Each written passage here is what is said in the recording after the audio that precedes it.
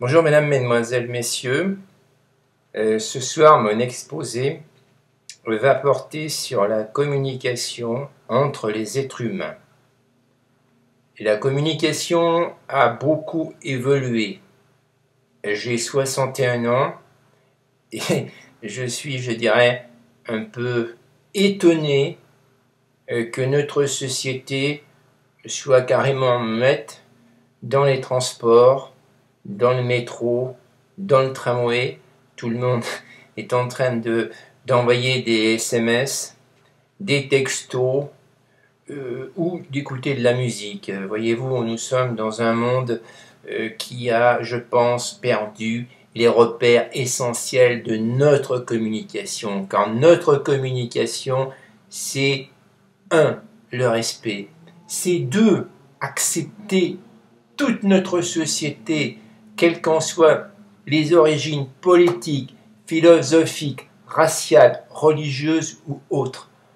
Pour moi, le dialogue, c'est fondamental.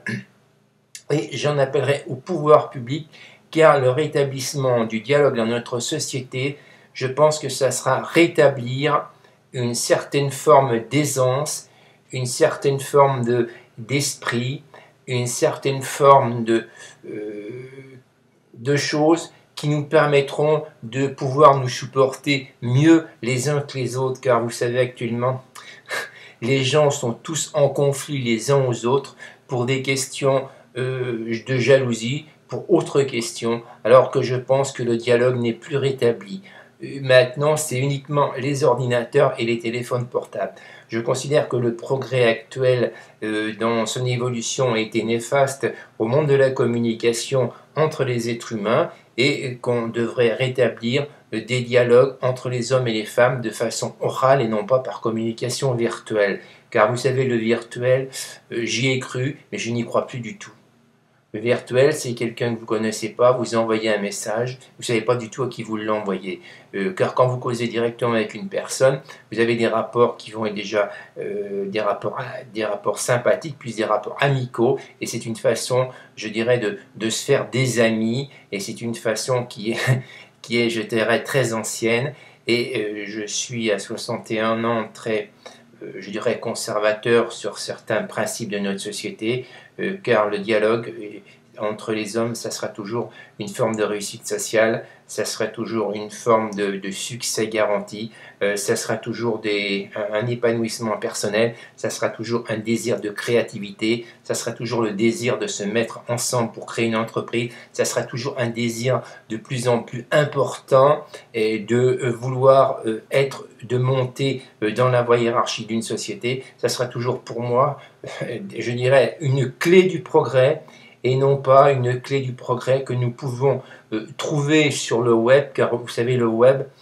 ça ne vaut pas l'être humain, ça ne vaut pas la parole, c'est du virtuel. Pour moi, ça a très peu d'importance et je dirais que c'est même consécutif. Ça peut même créer des tensions très importantes car ces gens, tous les jours, attachés à leur téléphone portable ou envoyant des textos, sont tous les jours entourés d'ondes électromagnétiques qui peuvent les perturber et voilà dans la société actuellement où nous sommes. Donc je pense que nous devrions rétablir une société plus ancienne, où les paroles seraient beaucoup plus présentes et où dans le bus, au lieu de se faire la tête, les gens parleraient un petit peu, les gens rigoleraient. Et je pense que ça créerait une société comme j'ai connu quand j'avais 18 ans, une société, une belle société où toute la communication serait rétablie tous les dialogues seraient rétablis, nos institutions seraient peut-être même beaucoup plus représentées, les rapports humains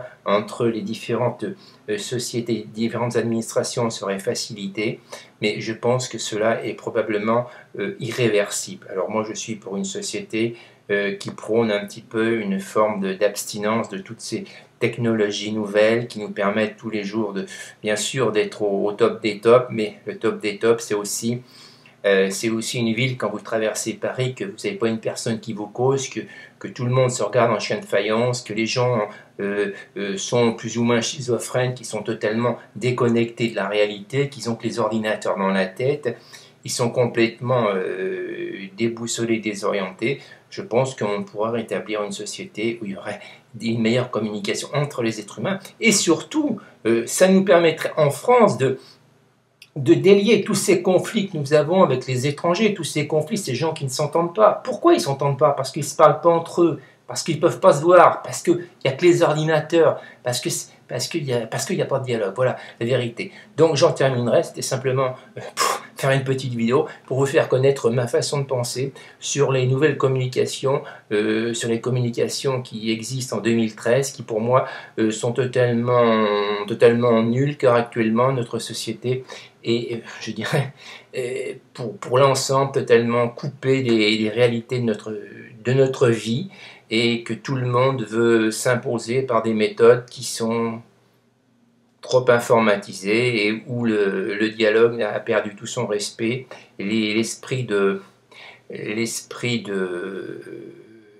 conservation également, l'esprit de communication également, et je pense que c'est pas très bon pour les années à venir.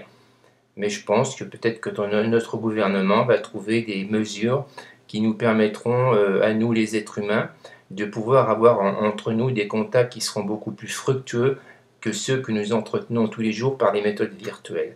Écoutez, pour ce soir, j'espère ne pas trop vous embêter. Je vous souhaite, mesdames, mesdemoiselles, messieurs, une excellente soirée. Monsieur Gomme et Jean-Jacques de Paris dans le 13e. Au revoir, merci de m'avoir écouté.